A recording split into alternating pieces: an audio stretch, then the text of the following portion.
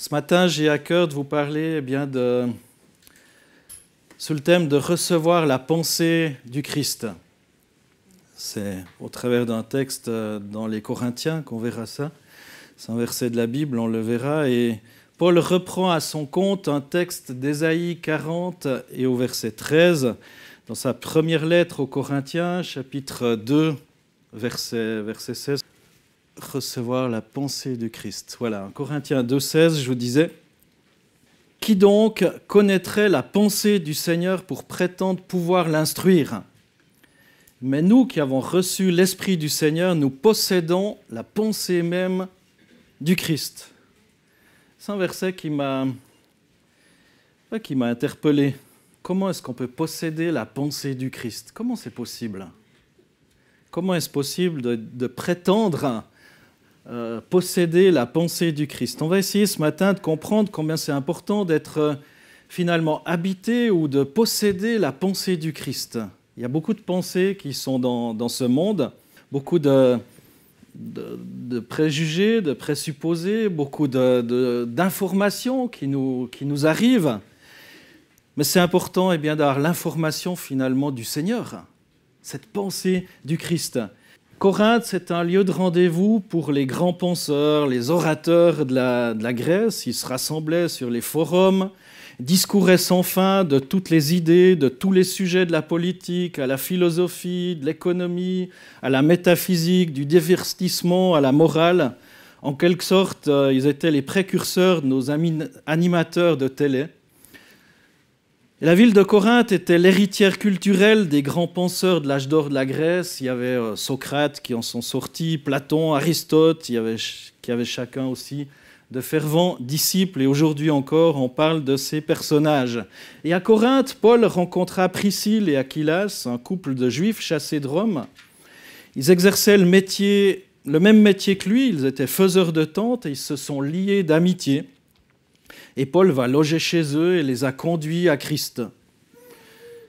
Pas mal, hein ? Donc si vous êtes chez quelqu'un, vous logez chez quelqu'un, prenez la peine de le conduire à Christ. Il fonda une église dans leur maison, donc ça se passe assez rapidement. Et de là, l'évangile s'est répandu dans toute la ville. Assez sympa comme impact.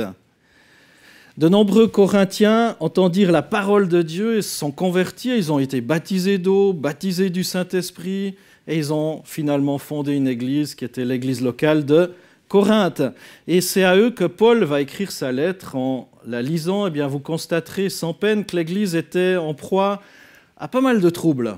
Moi, ça me réconforte lorsque je lis cette lettre. Je me dis, finalement, on n'est pas si mal, tiens. Il y a pire. Oui, c'est assez intéressant de voir ce qui se passait et Paul leur monte un petit peu les chaussettes en leur écrivant. Et c'est probablement l'église du Nouveau Testament où il y avait le plus de problèmes.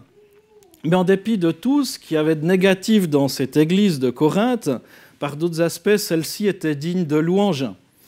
Et c'est d'ailleurs par cela que Paul ouvre sa lettre, commence sa lettre, parce qu'il les salue bien chaleureusement. Il rappelle à ses destinataires qu'ils ont été appelés à être saints, mis à part pour le service de Dieu. Et ce matin, déjà, j'aimerais vous rappeler que vous êtes appelés à être saints, mis à part pour le service de Dieu. Et je crois qu'on a vécu quelque chose de particulier dans ce temps de louange déjà, je pense plusieurs ont été saisis vraiment par la sainteté de Dieu, par sa présence aussi, par sa présence qui nous pousse finalement à cette conscience qu'on est appelé à être saint, qu'on est mis à part pour le service de Dieu. Un des versets clés dans cette lettre aux Corinthiens, c'est peut-être 1 Corinthiens 9, qui nous dit que Dieu est fidèle, lui qui vous a appelé à la communion de son Fils, Jésus-Christ, notre Seigneur. Et si vous êtes là ce matin, c'est justement pas juste pour vous bourrer la tête d'informations et peut-être d'une bonne prédication, mais c'est vraiment pour, si possible, entrer en communion. Entrer en communion avec Jésus-Christ, Fils de Dieu. À mon avis, c'est la vérité centrale de la vie chrétienne. On est appelé à partager la vie du Fils de Dieu. La communion dans l'Église, c'est donc ce temps de partage. Communion les uns avec les autres, mais communion avec le Christ.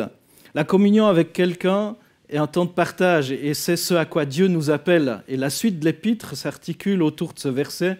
Et l'idée de partage, de communion avec Jésus est très importante. D'ailleurs, il y a ce fameux texte qu'on lit parfois pour introduire des temps de Sainte Seine, où il parle aussi de cette communion au travers de la Sainte Seine. Et Paul rappelle vraiment aussi l'objectif, le but de la Sainte Seine, et que les Corinthiens n'étaient pas forcément toujours dans un état très reluisant lorsqu'ils s'appliquaient à prendre la Sainte Seine. Et Paul leur parle. Vous pouvez retrouver ça dans 1 Corinthiens 11. Jeudi soir, lors du cours Béaba, j'ai parlé de Dieu le Père. Ce qui fait de nous des fils et des filles. Des fils et des filles. Et le fait de comprendre qu'on est enfant de Dieu, c'est très important. Est-ce qu'on le comprend vraiment? Est-ce qu'on le comprend vraiment? Si on comprend vraiment que Dieu est notre Père qui est aux cieux, connaissez? Si on comprend vraiment que Dieu est notre Père qui est aux cieux, ça impacte notre comportement, notre façon de vivre, notre façon de percevoir le monde, de percevoir la vie, de percevoir peut-être même ces mauvais sorts que certains voudraient nous jeter. Si Dieu est mon Père, il est plus fort. Comme un petit gars, une petite fille qui dit « Mon papa, il est plus fort que le tien. » Mais là, c'est vraiment vrai. Ça impacte notre façon de percevoir les difficultés. Un enfant, naturellement, va se tourner vers son père, en principe. Et dans Luc 15, on trouve cette parabole des deux fils. Un homme, vous connaissez, avait deux fils dans Luc 15. Le plus jeune des fils a demandé à son père de lui donner sa part d'héritage. Et le père a divisé sa propriété entre ses deux fils. Peu de temps après, le fils le plus jeune a pris son héritage et est parti dans un pays lointain où il a gaspillé tout son argent dans une vie de débauche. Youpi, de l'argent facile, on va tout griller. Et après avoir tout dépensé, comble de malchance pour lui, une famine a frappé ce pays et le fils prodigue, comme on l'appelle, a commencé à souffrir de la faim. Et il a fini par obtenir un emploi pour nourrir les cochons. Il en était réduit à envier la nourriture des cochons. Et un jour, il va réaliser qu'il vivait dans la misère, alors même que les serviteurs de son père étaient bien mieux traités. Et il décide de retourner chez son père et de lui demander pardon, préparé finalement à revenir non plus comme un fils, mais comme un esclave ou un serviteur. Et lorsque le père a vu son fils de loin arriver, j'imagine dans un état assez piteux, puant le cochon, il a été rempli de compassion et il a couru à sa rencontre, il l'a serré dans ses bras et il l'a embrassé. Il l'a serré dans ses bras, il l'a embrassé et le fils lui dit « Père, j'ai péché contre le ciel et contre toi, je suis plus digne d'être appelé ton fils. » Mais le père dit à ses serviteurs « Vite, apportez la plus belle robe, mettez-lui un anneau au doigt et des sandales aux pieds, amenez le veau gras, tuez-le, mangeons, réjouissons-nous. Car mon fils que voilà était mort et il est revenu à la vie, il était perdu et il est retrouvé. » Et ils ont commencé à faire la méga fête. C'est ce père-là que vous avez ? Ou le père qui va vous donner un coup de bâton quand vous avez peut-être commis une erreur. Là, il a quand même pris tout l'héritage avant l'heure, avant le décès de son père. Il a tout gaspillé et il revient, tranquillou. Et le père l'accueille comme un prince. C'est ce père-là que vous avez ? Souvent, dans nos milieux bien évangéliques, on a l'idée d'un père fouettard, d'un père punisseur. S'il m'arrive ça, c'est à cause de ça, c'est à cause de ça. C'est presque blasphématoire contre Dieu d'avoir cette pensée-là, de penser qu'il est ce père fouettard, celui qui revient à Christ. Si nous confessons nos péchés, il est fidèle et juste pour nous les pardonner et pour nous purifier de toute injustice. Paul, dans le début du chapitre 2 de 1 Corinthiens, va nous inviter à comprendre que la puissance de l'Évangile réside non pas dans la sagesse des hommes, mais dans la puissance de Dieu. Et il nous rappelle, et on le verra, eh bien, que la puissance de Dieu, eh bien, c'est une personne, c'est Jésus-Christ, manifesté par le Saint-Esprit. C'est pourquoi ce texte eh bien, nous conduit vers cette personne, Jésus. Qu'on soit faible ou fort, instruit ou non, Dieu peut utiliser chacun de nous pour accomplir de grandes choses pour son royaume. Pourquoi ? Parce qu'on est des fils et des filles. Et c'est ça qui fait la différence. C'est mon papa qui fait la différence, c'est pas moi. C'est pas moi. Et l'important, selon notre compréhension de la foi, ma compréhension de la foi et des Écritures, c'est de demander chaque jour à Dieu de nous remplir de son esprit, afin qu'on puisse partager l'Évangile avec puissance et vivre selon sa volonté. Et c'est là qu'on revient à ces textes que j'ai essayé de vous partager là, tout au long d'une série dans le livre des Éphésiens, Éphésiens 5, où il est écrit « Ne vous enivrez pas de vin, c'est de la débauche, mais soyez remplis du Saint-Esprit. Entretenez-vous par des psaumes, des hymnes, des cantiques spirituels, chantez, célébrez le Seigneur de tout votre cœur. Rendez toujours grâce et pour tout à Dieu le Père, au nom de notre Seigneur Jésus-Christ. Soumettez-vous les uns aux autres dans la crainte de Christ. » On est appelé à cette vie de plénitude, afin de recevoir Christ et de laisser Christ agir en nous. Et c'est le Saint-Esprit qui va nous conduire à Christ et finalement à Dieu. Souvenons-nous qu'en tant qu'enfants de Dieu, eh bien, on fait fonction aussi d'ambassadeurs pour Christ, des témoins vivants de la puissance de Dieu dans nos vies quotidiennes. Et l'image qu'on a de Dieu va impacter aussi le message qu'on va transmettre forcément. Si j'ai l'image ou je transmets l'image d'un Dieu punitif, d'un Dieu violent, d'un Dieu méchant, d'un Dieu... ça ne va pas faire envie. Si par contre j'ai cette relation d'amour avec ce Père, cette relation d'amour avec ce Père, eh bien ça va impacter forcément ma relation avec Dieu. Même David, qui a commis plus de bêtises que peut-être la moyenne des communs des mortels, est appelé un homme selon le cœur de Dieu. C'est troublant. Et pourtant, c'est un homme qui revenait vers le Seigneur. Souvenons-nous qu'en tant qu'enfants de Dieu, eh bien, on fait fonction d'ambassadeurs, des témoins de cette puissance, des témoins de cet amour. Dans 2 Corinthiens 5, verset 20, il est dit « Nous sommes donc ambassadeurs pour Christ, comme si Dieu exhortait par nous. Nous vous en supplions au nom du Christ, soyez réconciliés avec Dieu. » Mais lisons, quand même, parce que je vous en ai parlé, dans Corinthiens 2, j'ai lu le verset 16, mais on va lire les versets 1 à 5. « Pour moi, frères, lorsque je suis allé chez vous, ce n'est pas avec une supériorité de langage ou de sagesse que je suis allé vous annoncer le témoignage de Dieu. Car je n'ai pas jugé bon de savoir autre chose parmi vous, sinon Jésus-Christ et Jésus-Christ crucifié.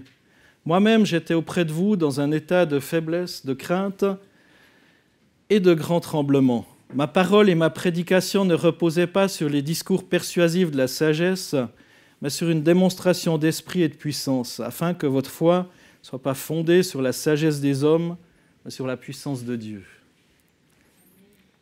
Il est facile de parler de la résurrection de Jésus plutôt que de sa mort.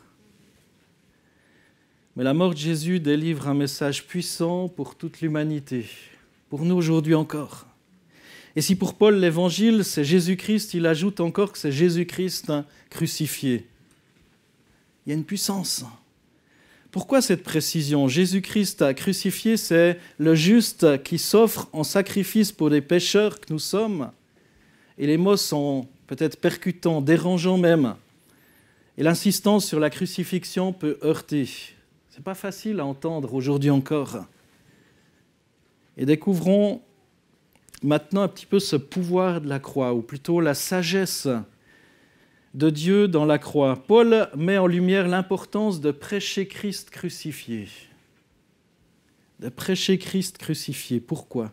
Il ne s'agit pas de beaux discours ou de sagesse humaine, mais de cette puissance de Dieu qui va transformer les cœurs. Souvent, on pense que pour partager l'Évangile, eh bien, on doit avoir une sagesse ou une facilité pour parler qui est hors du commun. Mais dans ce texte, Paul montre que l'essentiel, c'est de proclamer Jésus-Christ finalement. Et c'est ce nom-là qui fait toute la différence. Ça signifie que chacun d'entre nous, peu importe notre niveau d'éducation ou l'habileté pour s'exprimer, peut partager l'Évangile avec puissance. Parce qu'on annonce peut-être ce qui est une folie pour le commun des mortels, mais une puissance de Dieu. La prédication de la croix. Paul explique dans quel état il se trouvait lorsqu'il était auprès des Corinthiens. Il va dire « Moi-même, j'étais auprès de vous dans un état de faiblesse, de crainte et de grand tremblement. Ma parole et ma prédication ne reposaient pas sur les discours persuasifs de la sagesse, mais sur une démonstration d'esprit et de puissance. » Paul s'était rendu à Corinthe après plusieurs épreuves. Il avait été battu, il avait été emprisonné à Philippe, il avait dû fuir de Thessalonique et de Bérée, il avait été moqué à Athènes. Vous trouvez tout ça dans le livre des Actes, Actes 16, Actes 17. Et ses forces physiques en étaient probablement affaiblies, peut-être même son moral aussi. À force de se ramasser des coups, eh bien, finalement, notre morale en prend aussi un coup, même si il continuait d'avancer. Et dans ses discours, il recourait à aucun artifice, ni aucune manipulation, finalement, pour influencer sur la réaction de ses auditeurs. Sa crainte, son tremblement, était causé par le sérieux avec lequel il considérait aussi sa mission. C'était important pour lui. Paul reconnaît son humanité, sa faiblesse, sa crainte, son tremblement. Il n'a pas recours du tout à cette sagesse humaine, mais il dépend de la puissance de Dieu. Et pourtant, lui qui avait étudié, il aurait été en droit de dire « Mais vous voyez le diplôme universitaire que j'ai. Vous voyez, je suis hébreu, mais en même temps romain, et j'ai étudié au pied de Gamaliel, c'était le meilleur des meilleurs. » Rien du tout. Tout ce qu'il considère, c'est rien d'autre que Jésus-Christ et Jésus-Christ crucifié. Et c'est pour ça qu'on est appelé à avoir une relation avec notre Père qui est aux cieux. Dans nos vies, on rencontre parfois des situations où on se sent incapable, insuffisant, inadéquat. C'est bien. Et vous êtes certainement dans le juste. Désolé de le dire, mais dans ces moments-là, on est appelé à se rappeler que nos forces ne résident pas en nous-mêmes, mais dans la puissance de Dieu. Et bien souvent, lorsqu'on sent qu'on est à la hauteur, qu'on a bien préparé le truc, qu'on a bien étudié les choses, qu'on sait tout, c'est comme un pétard mouillé, flop. Oui, ça va peut-être épater la galerie, certains qui vont dire qu'est-ce qui parle bien, qu'est-ce que ceci, qu'est-ce que cela, mais floup, un feu d'artifice qui ne démarre pas. Et c'est dans ces moments-là qu'on doit se rappeler que notre force ne réside pas en nous-mêmes, mais dans la puissance de Dieu. Si vous vous sentez peut-être faible, inadéquat, sans force, bienvenue. C'est là que Dieu peut agir. Laissez agir Dieu par sa puissance. La foi ne repose pas sur la sagesse humaine, mais sur la puissance de Dieu. Et c'est cette puissance qui transforme les vies et qui fait toute la différence. Évidemment, je ne suis pas en train de prêcher pour la bêtise ou qu'on ne doit pas étudier. Ce n'est pas de ça que je suis en train de dire. Mais les résultats ne dépendent pas, je dirais, de nos compétences humaines, mais dépendent de Dieu, dépendent de Christ, dépendent de cette relation. Et c'est cette puissance qui peut toucher les cœurs, guérir les malades, briser des chaînes, l'oppression, sauver des âmes perdues. C'est cette puissance de Jésus, ce n'est pas les beaux discours. Et en Christ crucifié, on a la démonstration ultime de l'amour et du pouvoir de Dieu. Et c'est par sa mort, sa résurrection, qu'on trouve le pardon des péchés, la guérison, la vie éternelle, la paix, la grâce, la consolation. C'est cette puissance de Dieu. Alors juste, ce matin, j'avais à cœur de nous rappeler que l'essentiel finalement c'est Jésus-Christ et Jésus-Christ crucifié. Rien d'autre. Aujourd'hui, on se forme pour tout et c'est bien dans un certain sens. C'est très bien d'augmenter nos compétences, nos connaissances. et c'est important. Mais jamais au détriment de ce cœur à cœur avec Jésus. Parce que finalement, ça ne sera jamais ni nos compétences, ni notre intelligence qui va guérir quelqu'un, mais ça sera la puissance du nom de Jésus-Christ. La foi repose non sur la sagesse humaine, mais sur la puissance de Dieu. Et c'est cette puissance qui transforme les vies et qui fait toute la différence. Est-ce que tu es au bénéfice de la puissance de Dieu? C'est important. C'est important. Pas parce que tu as fait ton fitness ce matin, mais juste parce que tu as eu ce cœur à cœur avec Jésus. Ce cœur à cœur. La croix de Christ révèle la puissance de Dieu. Et c'est par sa mort et sa résurrection eh bien, qu'on trouve le pardon du péché et la vie éternelle. Avoir la pensée de Christ, c'est se comporter en tant qu'enfant de Dieu, finalement. Pour moi, je dirais que c'est ça. Il disait, c'est quoi avoir la pensée de Christ? C'est se comporter en tant qu'enfant de Dieu. Parce que l'Esprit de Dieu ou de Christ témoigne à notre esprit qu'on est enfant de Dieu. Et c'est pour ça que c'est important aussi eh bien, de se laisser submerger, remplir par le Saint-Esprit. Dans Romains 8, il est dit « L'Esprit lui-même rend témoignage à notre esprit qu'on est enfant de Dieu. Or, si nous sommes enfants, nous sommes aussi héritiers, héritiers de Dieu et co-héritiers de Christ, si toutefois nous souffrons avec lui, afin de prendre aussi part à sa gloire. » Souffrir, ça ne veut pas dire qu'on doit se faire crucifier ou se faire flageller ou recevoir une couronne d'épines, c'est pas ça. C'est souffrir aussi, de voir pour l'instant encore, pour un temps, jusqu'à ce que Jésus revienne, cette humanité qui court à sa perte. Parce que Dieu souffre de voir de ses créatures être encore hors eh bien, de son amour, hors du cadre de son amour, hors du cadre de sa grâce. Demandons donc chaque jour à Dieu de nous remplir de son esprit afin qu'on puisse partager l'Évangile avec puissance et vivre selon sa volonté en glorifiant son nom. C'est tellement important. Et pour ça, eh bien, il faut se comporter comme fils et filles. Est-ce qu'on a reçu l'Esprit du Seigneur ? Est-ce qu'on possède la pensée même du Christ? À chacun d'y répondre, et c'est possible. C'est possible. Revenons à l'essentiel, tout comme Paul. Il va dire « Car je n'ai pas jugé bon de savoir autre chose parmi vous, sinon Jésus-Christ et Jésus-Christ crucifié. » Je ne sais pas si je reviens à ce que j'ai dit au début, c'est un petit peu l'endroit où il y a eu tous les philosophes dont on parle encore d'eux dans les universités, Platon, etc. Dans cet endroit où ils se perdaient dans des discours sans fin, des analyses, des trucs, des machins, il va dire finalement, je ne viens pas avec ces discours-là, je navigue pas sur avec les mêmes armes que vous. Toute cette sagesse que vous avez, je vous la laisse finalement. Mais je ne viens pas avec ça, je viens avec Jésus-Christ et Jésus-Christ crucifié. Je ne sais pas si on remet cette phrase dans son contexte, là où Paul l'a dit, là où les gens se gargarisaient de belles phrases, de philosophie, de choses, il va leur dire « Je ne suis pas à votre hauteur, gardez vos discours pour vous, moi je viens avec Jésus-Christ et Jésus-Christ crucifié. » Alors ce matin, peut-être tu as besoin de pardon. Jésus-Christ crucifié. Tu as besoin de guérison?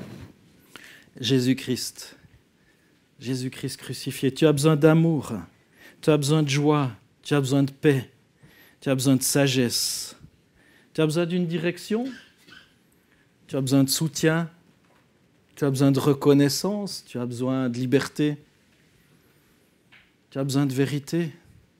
Tu as besoin de compassion, tu as besoin d'espoir, tu as besoin de sécurité, tu as besoin de motivation, tu as besoin de foi dans l'avenir, Tu as besoin de force intérieure. Tu as besoin à chacun de compléter. J'ai essayé d'en trouver un certain nombre. Ce n'est pas exhaustif. Mais c'est ni l'Église évangélique de Réveil Source de Vie de Martigny, ni le pasteur, ni les anciens, ni qui que ce soit qui va pouvoir t'apporter tout ça. C'est Jésus-Christ et Jésus-Christ crucifié. Et tout le reste qui n'est pas mentionné aussi. On peut se former pour plein de choses et se dire « j'ai pas encore assez de connaissances » et c'est bien de le faire. Mais en finalité, ce qui va rester, c'est Jésus-Christ. Et Jésus-Christ crucifié, c'est lui qui va faire la différence. Certaines choses vont nous aider, évidemment, vont nous donner des outils, des clés.